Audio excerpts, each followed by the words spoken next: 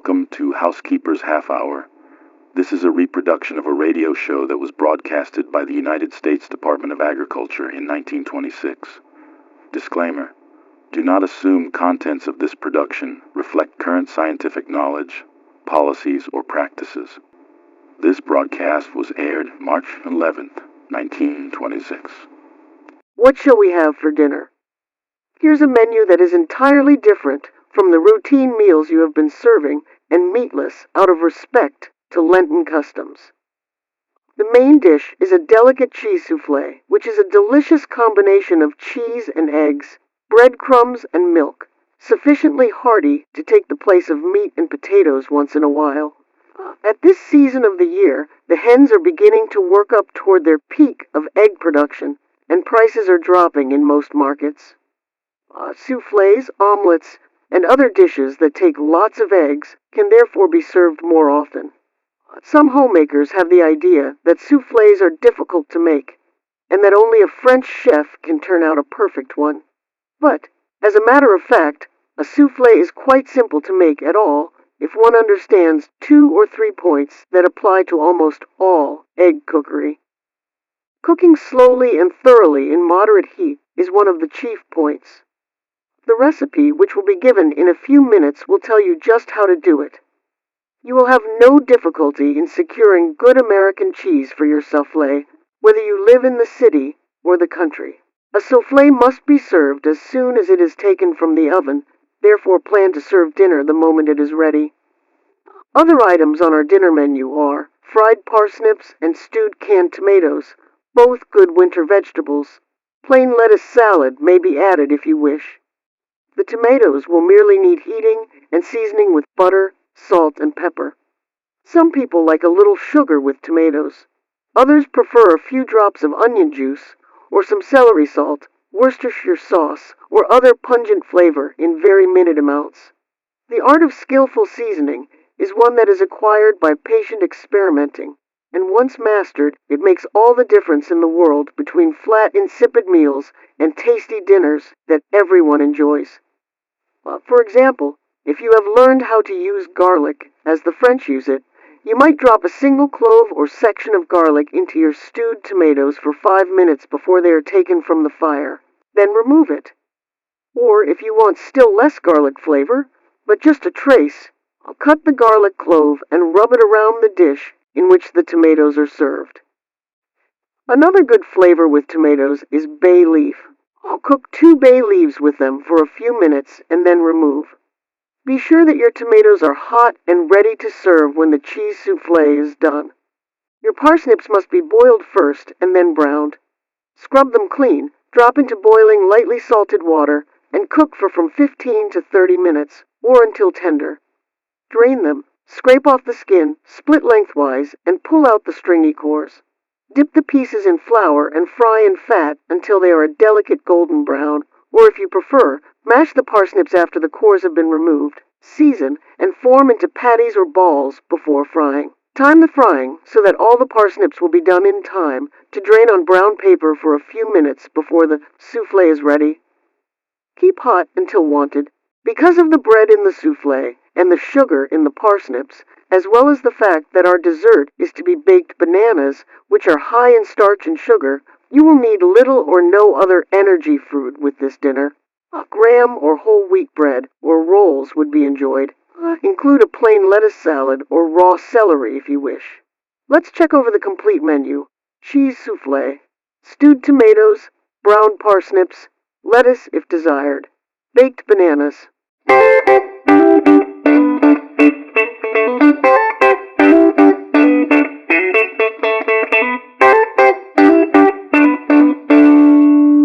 Today's best recipes. Have you a pencil and notebook ready? We'll tell you now how to make a successful cheese soufflé. Some of you perhaps will call it a cheese puff or a cheese fondue. The name, of course, doesn't matter especially. You will need 1 pint of milk, 1 3/4 cups of breadcrumbs, 3 or 4 eggs, ½ pound of American cheese, 3/4 teaspoon of salt. Put the breadcrumbs and the milk together in the double boiler. Heat them to the scalding point. Grate the cheese or shave it into thin, small pieces and stir it into the hot milk and breadcrumbs, but do not let it cook. Add the salt. Take this mixture from the heat, and while it is cooling, beat the yolks and whites of the eggs separately, and butter a baking dish. The soufflé will cook best in a good-sized earthenware or glass baking dish, 3 or more inches deep. After the bread, milk, and cheese mixture has cooled, stir in the beaten egg yolks and fold in the whites. The air beaten into the egg whites is what makes the soufflé fluffy, so mix them in with a careful folding motion. Pour the mixture at once into the buttered baking dish and bake in a moderate oven for 35 to 45 minutes. Long, slow cooking is one of the secrets of making a perfect soufflé. The moderate heat makes the air bubbles in the egg whites expand until the mixture is light and cooks it thoroughly so that even when a spoon is put into it for serving, it does not collapse like a pricked balloon. That is what happens to a soufflé or omelet or other similar egg dish that has been cooked too rapidly at too high a temperature. Soufflés are not hard to make if one remembers this important point. You will probably want to put the bananas into the oven about the time you take the soufflé out. They will need to bake about 20 minutes, and so will be done by the time the first course is served, eaten, and removed from the table. To be on the safe side, start them 5 minutes before dinner is served. Select firm, ripe bananas, skin them, and scrape off the stringy fibers. Split the bananas lengthwise and lay them split side up in a pie plate, preferably of earthenware, glass, or enamelware. Add sugar and lemon juice, dot with butter, and pour enough water into the dish to help form a syrup and keep the bananas from stacking. Bake in moderate oven for about 20 minutes or until the fruit is tender and delicately browned. Serve the bananas hot with or without sauce.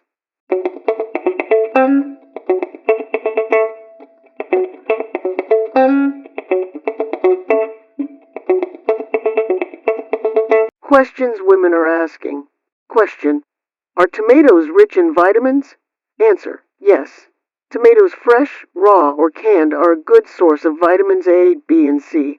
This is the reason that child specialists often recommend that young children, and sometimes babies, be given tomato juice. It is a good plan also for the homemaker to include tomatoes in one form or another, often in the family menu. Question: what food substances does cheese contain besides protein?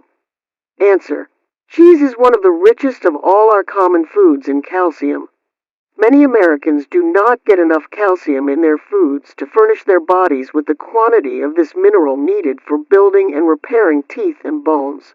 Cheese made from whole milk also contains a considerable quantity of fat. Because of this fat, and the fact that the protein of cheese is of the same efficient kind as that in meat, a cheese combination is excellent to use occasionally as the main dish at dinner or supper. Question: how are dandelion greens prepared? Answer: the time to gather dandelion leaves is very early in the season when they are young, tender, and least bitter. The crown, roots, and large outer leaves are discarded. Many methods of preparation have been tried to modify the bitter flavor of dandelion greens. The method of long boiling in several voters is undesirable since most of the valuable food matter in the greens is then thrown away. A better method is to combine the dandelion greens with other vegetables or flavors which modify the bitterness and at the same time to avoid overcooking. Raw dandelion leaves, or those cooked without water, are less bitter than those that have been boiled. Vinegar or acid dressings help, and so do foods of strong flavor, such as celery and some meats. Crisp salt pork or bacon is frequently served with dandelion greens for this reason. Blends of dandelion and other greens are better than the dandelion alone. Question: what is lye hominy? Answer: lye hominy, or hulled corn, is a special preparation made by soaking the whole grain in water that contains lye, or sometimes merely a bag of wood ashes, until the hulls are loosened or softened, then washing the hulled grains in clear water and boiling.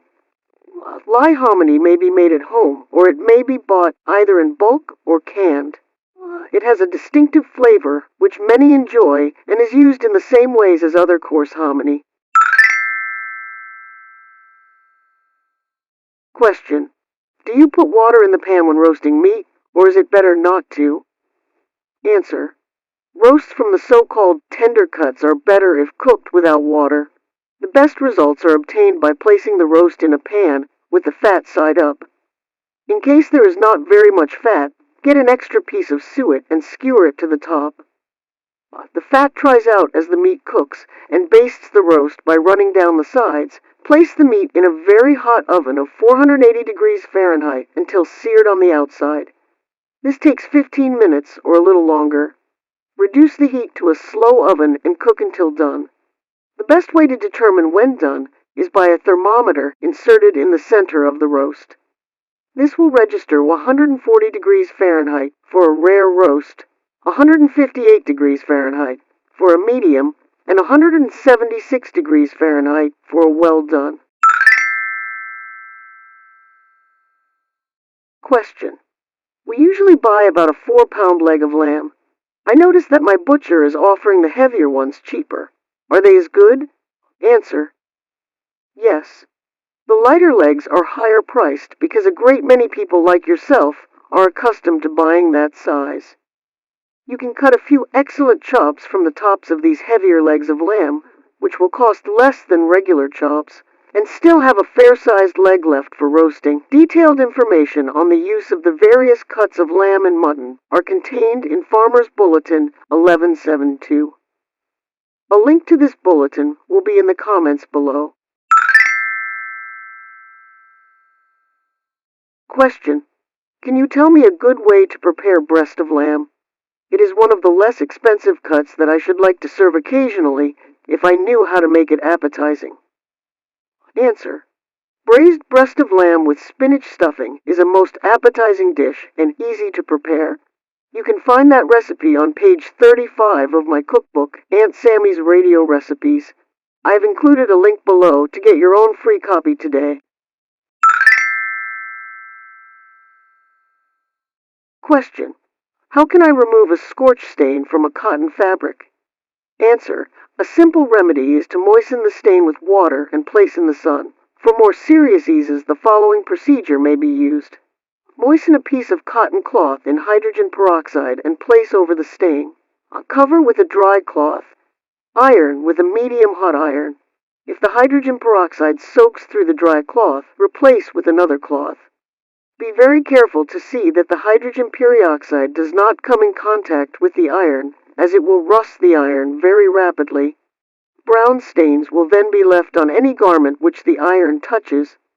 For the same reason, do not iron the fabric from which the stain has been removed until the hydrogen peroxide has been well rinsed from it. This method must be used carefully on colored fabrics because the dyes may be bleached out. However, it can be used successfully on any kind of white fabric. Question: what is artificial wool? Answer: this name has been applied by some persons to a new artificial fiber which recently has been made from the waste fibers obtained in the manufacture of artificial silk.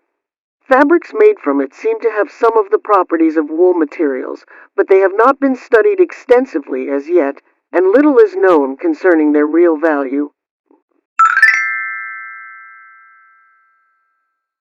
Question: is there any method of testing the wear and quality of a fabric?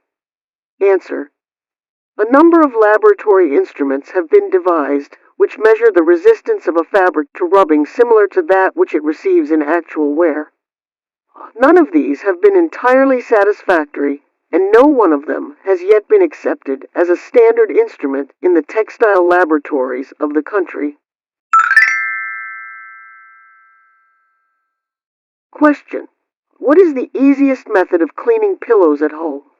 Answer: transfer the feathers to a larger cotton bag by sewing the edges of its opening to the edges of the opening of the tick. Shake the feathers from one to the other, sew up the opening, and wash in lukewarm water using a neutral soap. Rinse well Press as much of the water out as possible and place on a cloth in the sun. Turn often and beat up the pillow from time to time. Wash the tick separately and starch it on the inside with a stiff starch mixture applied with a sponge. Transfer the feathers again when they become dry.